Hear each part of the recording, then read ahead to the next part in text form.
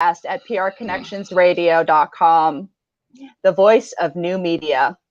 My name is Maria Miko Faith, and I will be your host today.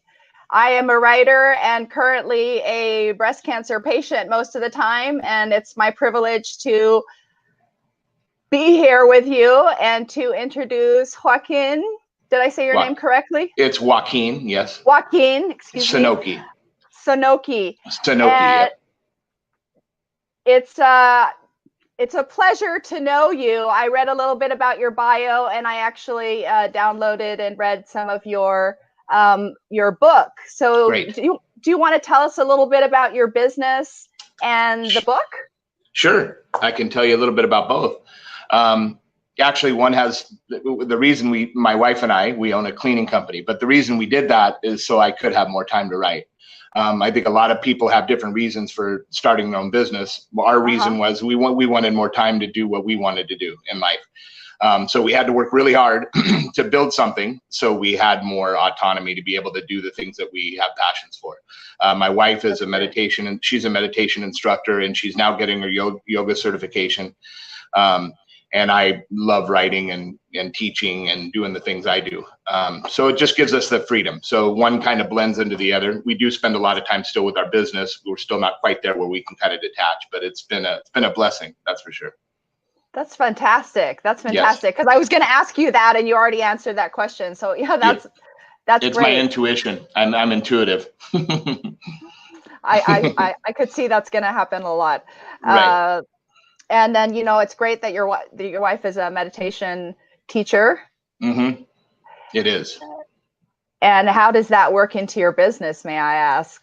Not necessarily. Well, actually, it's probably amazing in our business, because what it does is it gives us more of a positive mindset, more of a focus on what we really want to get through the challenges and the impediments that stand in the way of success. In whatever it is, people's definition of success is different. Ours is simply just to have the time freedom to be able to travel and explore the world and the universe, and to be able to do the things that we have passions for. So that, like I said, we're completely blessed. But being meditators, her and I both, and we're avid meditators. We love to meditate. We do it daily, sometimes numerous times during the day. I think it helps our business a lot because it does keep us out of those reactionary things that sometimes we get caught up in business, an employee showing up late or a job not going the way we want, whatever it may be. So it's a crucial thing for both of us to be able to keep our mind in a peaceful state. That's really great. I know meditation helps me to stay in a peaceful state as well. And I think it's something that business owners can consider more and more, especially in this, changing environment where, you have to be really fully present to continue to stay in step with what you need to do, right? Great point. I've never even thought about it that way, but wow, when you embrace meditation and you understand the power of it, let's say, I don't know that there's an avenue where it doesn't fit, right? I did a podcast last night about education reform, and we talked a lot about teaching our children to meditate and how important that is. There's been numerous studies done about meditation in public schools and charter schools and private schools about the benefits of meditation, and in every single study, the brain waves increased and the behavior got better every single time. So this is something that, the Western world, I believe the Western world needs to start embracing. We can't be thinking of meditation as something, mystic or hokey anymore. I think we need to embrace it. No, it's a powerful practice. And I'm so happy to see that translation, in a practical example. I think that's going to be really incredibly helpful for people. So can I ask, why a cleaning business? How did you choose that? Ooh, that's a great question.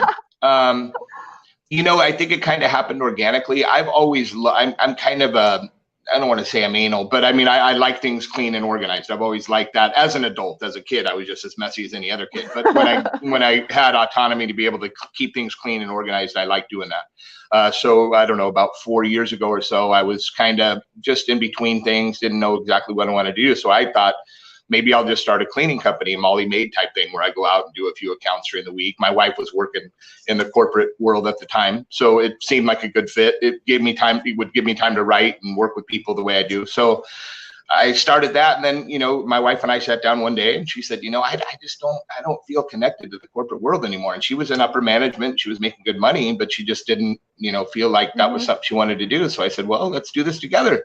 We can build a business together. Why not? So we took a leap of faith and did about 2 years of really, really hard time, because neither one of us had any background cleaning necessarily, specifically commercial cleaning, which is a completely different situation. So we went through a really challenging time, and not only in our business, in our relationship, because we started spending all our time together. And so, but wow, what a miracle. What an amazing experience to be able to have faith in something, your partner, in the vision we've created, and be able to get to the other side. So now we're seeing the fruits of our labor. So that's awesome. Just that willingness and to be courageous and to go into an industry that you didn't have prior experience in, like that took tremendous faith to take that leap. It sure did. I get chills just thinking about it. And but the other thing it's also got to take is a tremendous amount of love. Oh, man. And it, because this is the love of business, do you want to, explain how love gets practical, in the trying times? Because I think, we're still coming out of a commercial idea of a Valentine's love. And it's kind of like, it's not accepted as the real powerful force for creativity and for restoration that it is. Wow. So, but I think on a daily scale, it's like, okay, even if you accept that, then how do you implement it? What does it look like?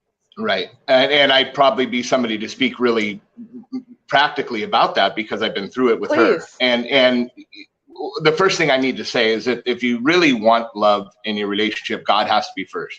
And when I say God, I'm not talking about the religious God, the God we were talking in churches. I'm talking about love, and I'm talking about deep love, unconditional love. The source of life, things like that. And it's an individual thing. It has nothing to do with our relationship. It's her and I have both made the promise to each other that we would stay on a spiritual path. And because we've done that individually, our relationship has got through the troubling times. So, and her and I both work with people, and a lot of times people have come to us with relationship problems, and we don't work with people on relationships. We work individual, because if you're okay and the other person's okay, then your relationship's okay. Exactly. If you're not okay and your triggers are still being pushed, and you still have coping mechanisms, and you still have traumas from the past, things are not going to be okay in your relationship. You're going to find a way to self-sabotage that every single time.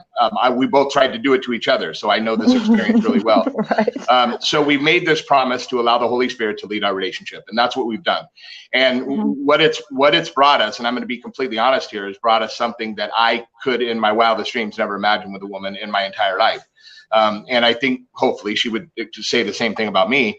And I'm not talking about the me, the ego me. I'm talking about this transcendent love that we have for each other that goes way deeper than anything I had ever defined before or understood before. So it's an amazing experience to have with somebody else. That's beautiful. And, and a real testimony to the reality that when you implement love and a spiritual devotion, which is another form of love. It absolutely is. Into your daily life, into your relationship, then everything meshes together and everything starts to flow, right? Well, yes, I mean, 100%. You can continue on. I think what we need to make clear here is that's the universe answering us and saying absolutely yes. I mean, the universe will always answer in affirmative, which is absolutely, if you're doing the things you need to do consistently and persistently, and you're allowing a force that's greater than your ego to lead your life, which is love and all these divine things that we've been given intrinsically by our creator, you will have the things that you want. There's no question about it. It's been proven time and time again, at least in my own experience and others that I work with and have seen. But that has to be, we have to be open to the universe saying yes. I spent about 40 years of my life completely closed off to things. By fear, just by fear. I had a lot of fear in me. I was raised with a lot of fear. I had a lot of challenges with that fear. I numbed myself to it. I hid from it. I ran from it. And now I'm to this point where I'm open to what the universe is willing to give me. And I don't feel unworthy of that. I feel that I do deserve the things the good things that the universe gives me. I used to not think that. And it's an interesting transition there. It seems like as you as you practice deeper love for yourself, and for, it just starts radiating out into everything that you do. It's an amazing experience. And it's something that my wife and I both teach as we work with people. And so it's an important part. And again, I think the misconception is the misdefinition of love, right? When you alluded to that earlier, there's a deeper love. I'm not talking about the love that we thought sex and passion and all the things that we were shown when we were kids. That's not what I'm talking about. I'm talking about a divine self-love, understanding who you truly are, not who you were told you were, or who you were taught you were, or who you believe you are, who you really are. And there's an essence inside all of us that goes well beyond anything we could understand or know or be taught. It's a truth, and that's where we live from. And like I said, when you radiate that, when you have that experience of light, and you understand that you're living in that the universe answers every time. Things come to you almost like magnet. It's almost like a magnetism. So. Yeah, it's I call it electromagnetic poetry. It's like beautiful.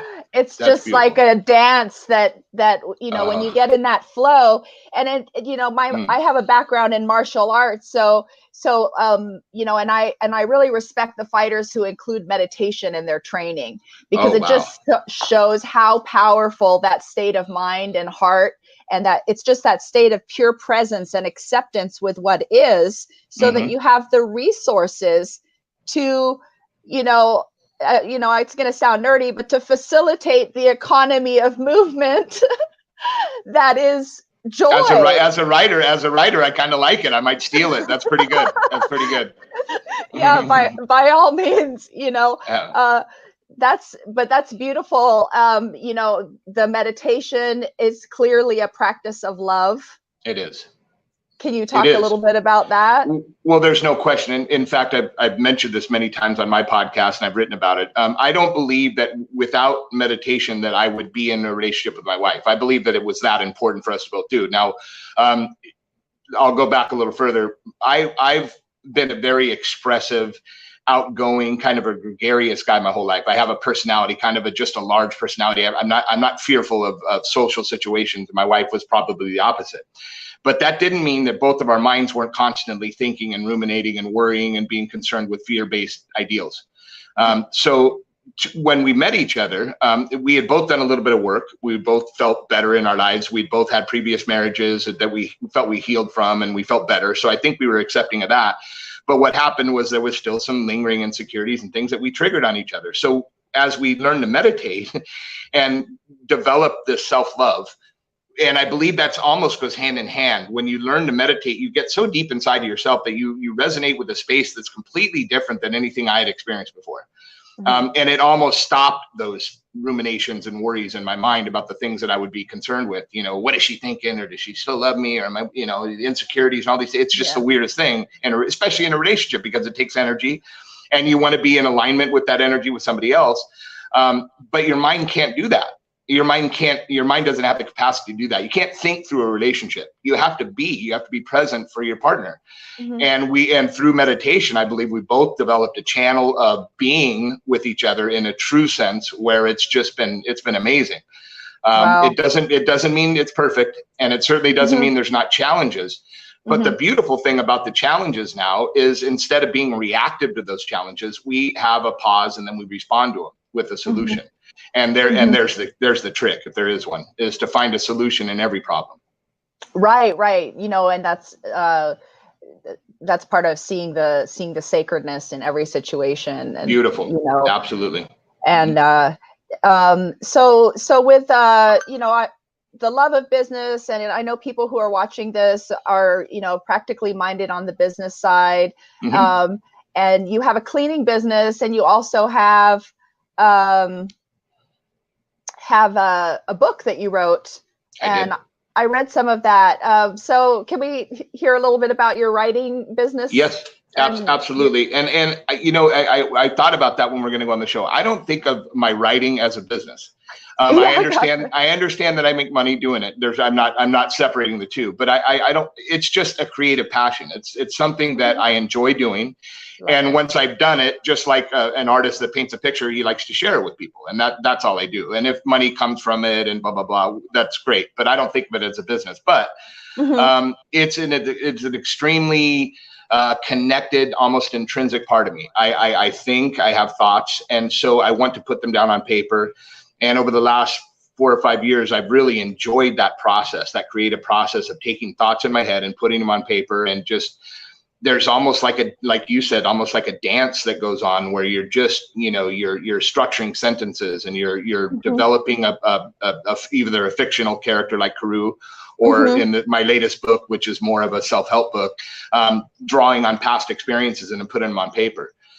It's just been it's just part of me now, almost. It's a strange thing. And I never, again, 5-6 years ago, I never even knew I could write. I never wrote in my life. I never ever did that. Yeah. Until I had kind of a spiritual awakening and kind of healed some of the parts of me that needed to be healed, apparently. I never even considered really writing, maybe a fringe on the fringes, but I never really thought of it as a career or something that I would do. But man, just the last probably 5 or 6 years, I've really thought, you know what, I think I could take my past experiences and influence positively people through my story, through what I've experienced in my life. And I think that's what any writer in the self-help genre certainly would want to do, is try to inspire people positively and help them heal. So that's where we're at with that. Yeah.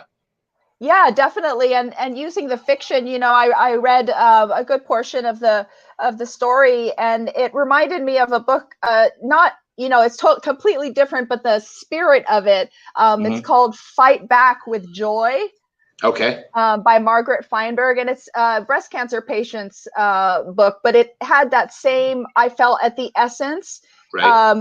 That ferocious love, if you will, wow. where, it's just like you're so determined and defiant in your love and in your passion for that peace, for that presence and the peace that comes with it, that you can just be with almost anything, right. because right. you're open to the goodness that is lurking sometimes, right. Well, and I'll take that a step further. I believe, and I'll try to kind of give you a practical concept. I believe God is love, and I believe that we're all loved by nature.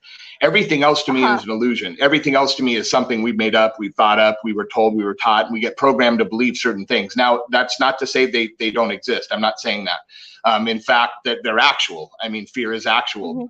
Pain, war, rape, all the things that we get, fearful of are actual. I understand that. But there's also a reality that goes well deeper than that. And to me, reality is eternal and infinite. And that goes well past our life here. And it started well before our life started here, and it will continue. It's a thread. It's an eternal thread. So what I believe is love exists in that reality, not in actuality, in reality. We've had love defined to us in actuality, and we bought whatever notion that love is for people. But love in the eternal realm, love in the infinite realm is completely different. And the more I awaken to my own spirit, my own divinity, the more I understand that love is all there is. Love is it. And so if I give that my power, my honor, my value, and I make that a fortified part of myself every day, my steps, my thoughts, my interactions, my narrative, the things I tell myself, then I'm going to recognize that as all there is. And that's what I'm going to stand behind and push for and be a champion for, because I think that's what we need in this world. We need more love. Yeah. There's no question about it.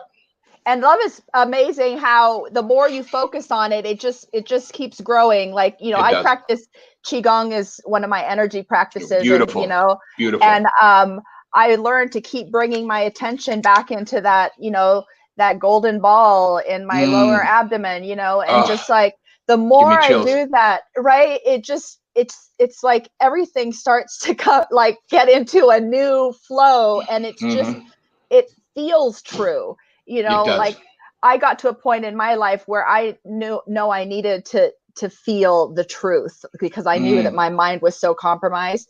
And I realized that tears and laughter are expressions of love that I could work my way back from.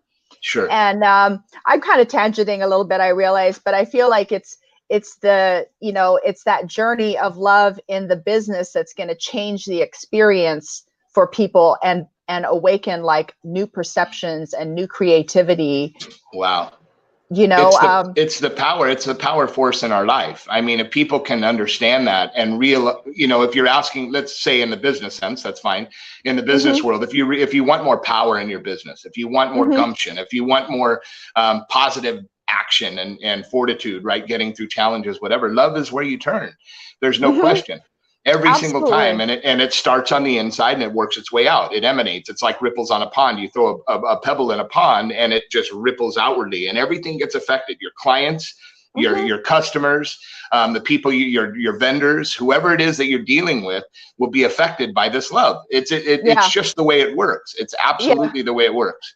Can I explain it in words, even as a writer? Probably not. It's magical. It's ethereal. It's divine. You can explain it in so many different ways, and you're still just touching the surface. So it's just one of those things that kind of goes beyond words, beyond explanation, which is fine for me because I've had an experience and I know it's true. So that's okay. I don't need to explain it. I just try to present it and give my essence to the world in every way I can. I think that every time we interact with someone from loving kindness, we have the experience and the translation that is, you know, that is just personal between us. And that way love keeps redefining, you know. Wow. But as we wrap up, I want to first make sure everyone knows where they can find you, wherever you'd like to be found on, beautiful, you know, online. Yeah. Wow. A lot of things. I didn't write this down, so let me kind of go through this slowly. I do have a book. I do have a book on Amazon Kindle called Carew, A Man in Love, CARU, which is the Welsh word for love.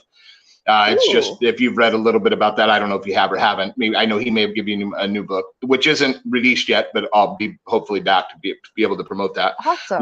I also do a podcast bi-weekly called The Great Reset with my wonderful partner, Javon McGlory, on Facebook Live. We do that Tuesdays and Thursdays, and we talk a lot about what you and I just talked about how to best bring love to the universe, the unity, and just all kinds of wonderful things. So and that's facebook.com/ Facebook, thegreatreset2020.com. Yeah, and anybody can find that, or they can pull me up here, and I always promote that there so they can link to it in any way they can. So there's a couple ways to do that. And like I said, I do have a book coming out here real shortly. We're in the process of getting that done, called Love Now, Live Now, which is, and it's also the 3 principles of living a joyful life. And we talked about joy earlier. You talk about this Margaret lady that you gave. I'm going to look at that book, by the way. That sounds really good. Cool. So there's some things that we can do practically to have this experience. I know for some people it seems a little, you know, to me, I put myself back 10 years. It probably would have seemed a little weird to me too. But the reality is, when we have this experience and we stepped into this place, it becomes the truth, and then we can live from there. So, and love, I like to think of love as a very powerful intelligence. You know, it's a powerful business intelligence. It's a powerful relationship intelligence. The more we advance our thinking and realize how important it is for business, there's going to be a huge shift, because the perception is just phenomenal. The change in perception when you really embrace love as the force that it is. Like I told you earlier, I don't think that there's any chasm or channel that it doesn't affect, from children to education to business, all across the board, because we are in the middle of this paradigm shift in the world. There's no question about it. People are going to have to make a decision. Do you want to continue subconsciously to give into the fear that we were handed, or do we want to step into this divine space of love? And you have to make a choice, each individual. But because there's a bigger force behind this, because there's an ultimate force of love that's pushing this and promoting this, it would do us all a great service, business-wise and everything else, to step into this force of love and do good by that, because I think it's going to make a big difference in any way we bring it. So wise words. Well, thank you so much for joining. Thank you, Miko. It's been an awesome pleasure. Namaste, girl. And let me just tell you, I did hear something about you having breast cancer, so my wife and I will pray for you. And if you need anything, don't hesitate to reach out to me, okay? Please. Thank you. I really appreciate it. All right. Namaste, girl. Namaste. Namaste. Bye-bye. Bye.